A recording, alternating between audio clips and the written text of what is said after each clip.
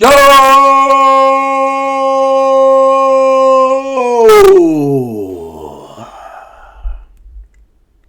What's good, y'all? It's Price Man, and today I wanted to, obviously I'm getting back into the video format. Thank God we got some time to record this time, but even though we got other stuff to bounce, but you know. Anyway, here's the thing. Really quick, actually, let me point this down a little bit. Here's what I wanted to do right here. So I actually came across something on Twitter. I was just thinking, like, okay, what do I need to record today? So I was like, you know, maybe looking on YouTube, looking on Twitter. And then I actually did come across some on Twitter that I was like, found myself kind of talking about before I got the camera on. And I'm about to show y'all this right now. So, don't know this account, but I have seen it on my Twitter before. It says, it has been 791 days since a black man has won a 1v1 pay-per-view singles match on the WWE main roster, a show that was booked by Vince McMahon. That means Triple H has never booked a black man to win a pay-per-view singles match on the main roster, so keep pretending like Swerve didn't have a point. Everyone else sees through the BS. So that was the post there, right? And take my gun out for this one. Here's the thing. Okay, so I think Swerve Strickland over in AEW. I think he's referring to when he did that interview that I saw, basically saying that I think he said something like they only get mad when like a black man gets his money. I think it was something like that. I think that, I'm trying not to misquote it. Let me see. Let me make sure I got it right. Let me pull that one up too, actually. Make sure that I got this right. Feel what I'm saying? Don't want to misquote. So let me see what it actually said, so we can, you know, keep doing this, breaking this down. So it says, it says Swerve Strickland on WWE leaking that they upset that he was paying about market value. He also confirms that they tried to contact him and his management while he's under contract. They only complain when a black person gets paid. I will say that. We shake the foundation of things. Oh snap, wait, that's not what we would pay. Then they're calling me. Then why are you calling me? Why are you asking me? If I'm not your concern, then don't worry about it. Don't worry about my pockets and our money. We're good. You have talent. You made your decision with me 2 years ago. No hard feelings from me. I keep it moving, and I'm going to figure my way out, and I'm going to build myself up. Okay, so I'm going to give my thoughts on both of those things. The comment that I just showed y'all, and then the one I was able to pull back up on here. So, okay. About it being almost 800 days, 791, right? Since a black person has won a singles pay-per-view. Obviously, I felt the need to talk about it because, you know, you could kind of see. You can see the picture. Anyway, here's the thing. I've said this before. Or, you know, not on camera, but I've said this before. The reason why you kind of don't really see any black males right now in, like, maybe I guess you could say singles matches is because if you look at who would have made any sense to be on one, they're either gone or they're not in a role where it would make any sense for them to be in a singles match on pay-per-view. Let me give you an example. Because they've decided that Kofi is just going to stay with the New Day because that's how much they lack on the tag team thing. So they've just kept, you know, him. And I'm glad they're doing something with him and Xavier, because I can see that being on pay-per-view if they build that enough. So there you go right there. If they build it properly, as they've been doing well so far, we could end up getting Kofi versus Xavier. You know, two black males right there against each other.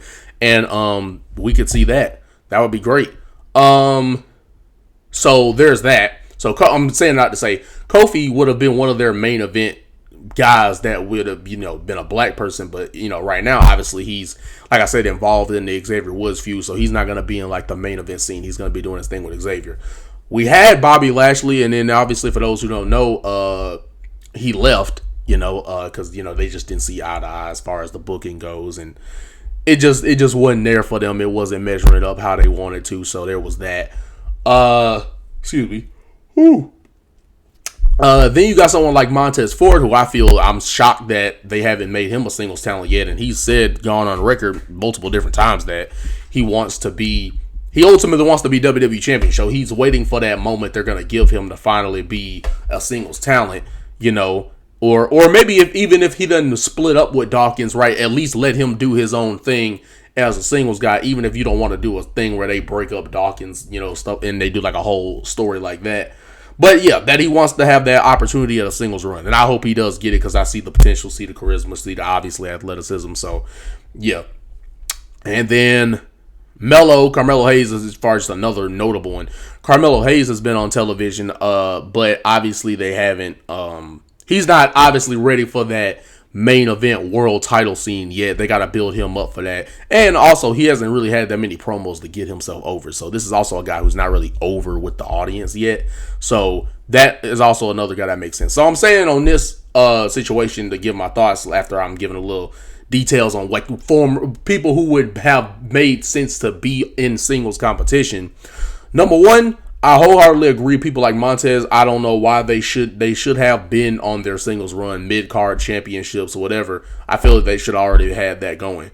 With the Melo stuff, they haven't really built this up as a match you would want to see, Melo versus LA Knight. Because it's like, if you know that this guy has not gotten over or you're not noticing bigger crowd reactions, it's kind of out of nowhere to just put him in there with LA Knight, at least on a pay-per-view, when this is not even a heel that you guys have that's over right now. So that's kind of why I say I'm not really that against them not putting this on pay-per-view. Now, I will say, even though they haven't done any promos, it's more just been him versus Andrade, and them trying to make something out of that to kind of, maybe get some interest in the not main event, but the mid-card title scene. But my thing is with it, again, I feel like it would make more sense to get Melo over first and then have him feud for the title rather than doing all these matches, and just because Melo's a mid-carder, we have to put him in the mid-card title match or scene right now, right? Because they've been showing them attacking each other back and forth. But like I said, we haven't really got any promos back and forth between Melo and LA Knight in a way where you would remember. Like, we remember all them times that, LA was getting the better of Melo backstage, but as far as them going out there building up a match between the two, they haven't done that yet. So if they do that, then I wholeheartedly could see them putting Melo on pay-per-view. Like I said, Street Profits, they're not involved in anything that would warrant them being on a pay-per-view. Because I heard some people say because they announced the triple threat ladder match that they should be on the pay-per-view or PLE. And I'm sitting there like, no, because all they've done is attack each other. It's not like, it'd be different if this was like a story that was built up between DIY, Street Profits, and Bloodline. But I'm like, it's not been a story. It's just been Street Profits and DIY are two teams that have tried to help out the babyface that was getting beat up by the Bloodline, and they end up failing too. If that's the story, then it doesn't take much to tell a story. All you gotta do is a bunch of run-ins, and now it's automatically a story, and they're automatically a part of the program. You can't just worship simplicity. That's what I feel like a lot of people do. They worship the simplicity. Not that there isn't some good in certain things, but it's just, I feel like people will see something that's kind of simple and didn't really take that much effort. It doesn't take effort to just take Street Profits or DIY and just put them with a Cody or put them with a Randy or a Kevin Owens to have a 6-man. That's not really much creativity. You're just implementing a babyface tag team into this, even though they've not really established a long-term or a multi-week month issue with the Bloodline as far as storyline goes. Like, sure, they fought a bunch of times, but as far as promos, getting you invested into these teams facing each other, they haven't done that, which is their fault. So that's why I say, again, that doesn't make sense to put them on pay-per-view just because it's a ladder match. As far as the whole, maybe Triple H has some type of vendetta against the black talent or whatever, I don't think that's the truth at all, because if you truly didn't care about black people that much, you would bury them every chance you could get, or you would just keep them off television, which they're not doing with Melo. Now, is he being 50-50 booked? Yes. Even though he may end up winning this series between him and Andrade, yes, you could say he's being 50-50 booked. But they're putting him in there with, they already have shown that, okay, they're establishing that there's an issue between these three guys now. Andrade, LA, and Carmelo. They're establishing that there's an issue between these guys. So to say that they're just not putting him in anything relevant or haven't been, even though, like I said, I would prefer a couple of promos before these matches, but even though that's not the case, they've been putting him in these title matches. They're putting him in the U.S. title picture, and the U.S. champion is one of the most over guys they have. So I don't think that's fair to say that they have something against black people. And then, so the reason why it's been that many days is two reasons. One, because I'll agree they haven't been booking people like Bobby Lashley in a manner where, even if he doesn't have a title, right, put him in a singles feud that we get really invested into. I agree, they need to do more of that wholeheartedly, but I disagree with the whole that he must have something against black people, because that's just like not the case. But anyway, and there's also not really that much black talent that have gotten over to the same degree as all the other people right now. You look at the Codys, the Romans, the Randys, the Kevins, the LA Knights, the CM Punks. Is any black person at this moment as over as they are, or as popular with the crowd as a heel or a babyface? Is any of those guys right now as popular as those guys? And right now, the answer, right now, I don't say forever, but right now, the answer is no. So that doesn't, and like I said, part of that is due to the fact that they're not booking them in stuff that is consistently important and booking them strongly. So it's a mutual thing there. Now, as far as what Swerve said, look, he's got his own business. He making his money. Now, some would argue, on one hand, yeah, shout out to Swerve getting his money, but is it really worth that much to have Swerve? Because how much is he really, factual statistic wise, has he really drawn more people to the company? Is Swerve the name that's selling all these tickets? Is Swerve the name that's bringing your ratings up? Is Swerve the name that everybody's behind, and as far as like the merch sales and stuff like that? And the answer is, even though he's one of your top talents, the answer is no. But in all fairness, none of that talent is really moving the needle right now. As far as like notable times where anyone moves the needle has been like MJF, and he's not even there like that. So it's this weird. I'm not liking. I will say there is like faults on both ends, but I don't want to say that there's racism and blah blah blah. And no, it's just right now. It's a mutual thing. They haven't been putting anything important, but then also, well, Melo is getting there now with the U.S. title, but also these guys aren't over right now. As far as like when you compare them to all the other baby faces, these guys are not over. They don't have that same momentum.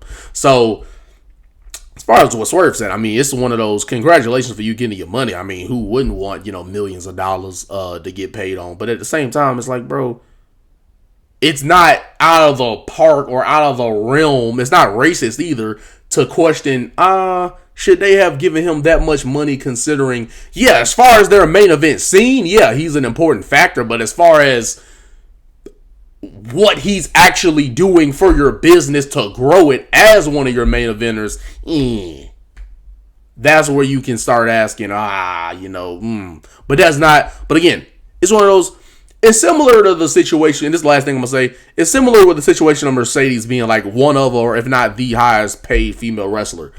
Credit to her for getting that accomplished, and this is somebody who likes her work, not her current work, but anyway, as far as the character goes.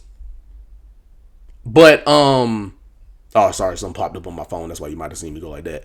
But at the same time, like I said, I'm not a fan of her current character. It could use some work. She needs to do more to make it believable. Maybe her writer or her... It's a combination of both. The writer and her, they just need to do better coming up with a gimmick that's a lot more authentic, at least, But that'd be a whole nother video. But it's one of those, like her work, fan of hers, but at the same time, not this current variation, but was a, fan of, the stuff she was doing in WWE. Since she's been in AEW, a handful of good matches, but this character is just not hitting, and you can just tell that from the crowd alone. So this is not even like a AEW getting the shade. It's how she's being booked, whether it's her or her writer. It's not going well with this gimmick, and you could see that by the crowd reaction. So she's another person that they signed that is not just black people, by the way. She's another Osprey and others. Just, there's a lot of people there that's not really moving the needle. Now, part of that is because they're not involved in any storylines that people would want to see these people involved in. But then also, it's how much interest is there for these people. So it's like one of those, whether or not they're worth that much getting paid is your own argument that you can make. But congratulations, by the way, for them getting their money. Like I said, who wouldn't want millions of dollars? But it's not, I'm basically saying congrats for them getting their money, but it's not wrong of the fans to say, is it worth paying somebody that much, considering what they're doing for you is not, I guess, what's the word I'm looking for? What they're doing for you does not line up with what they're actually, what you're giving them. What you're giving them, you're not getting, for what you're paying them, the return on your investment is not good. That's like the kind of way I want to put it.